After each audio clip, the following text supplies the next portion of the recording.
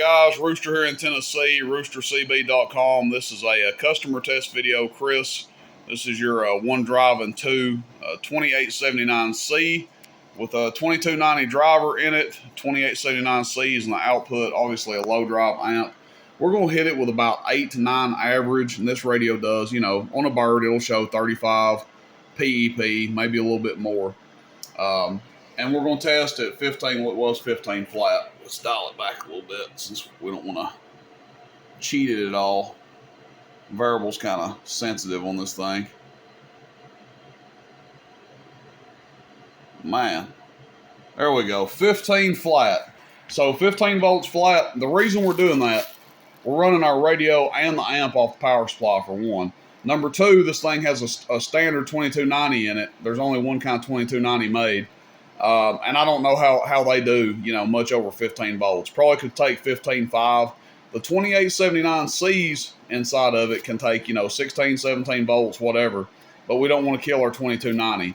So we've got our dead key kind of preset here. And we're going to show you what this thing does on the bird. And, of course, we'll refer back to our clamp meter and show you what it does there as well. But this little unit on a LTX radio, man, this may be the permanent bench radio. Man.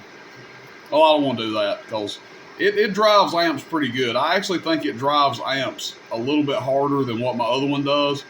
But I'd rather be on the, I'd rather it do more when you get it than do less when you get it. And this thing is driving amps pretty good here. So let's see what it shows.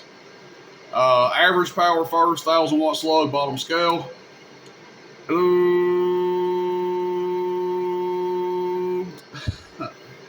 Yes, that's about 375 to 350 average.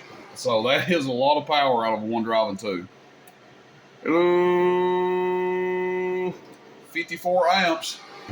So it's drawing the current to go with it.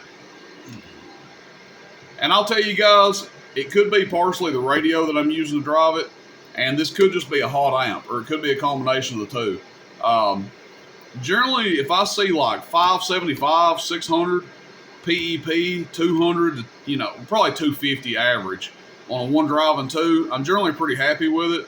But we're going to see what this guy does PEP. The average power is insane on this thing. Hello, audio.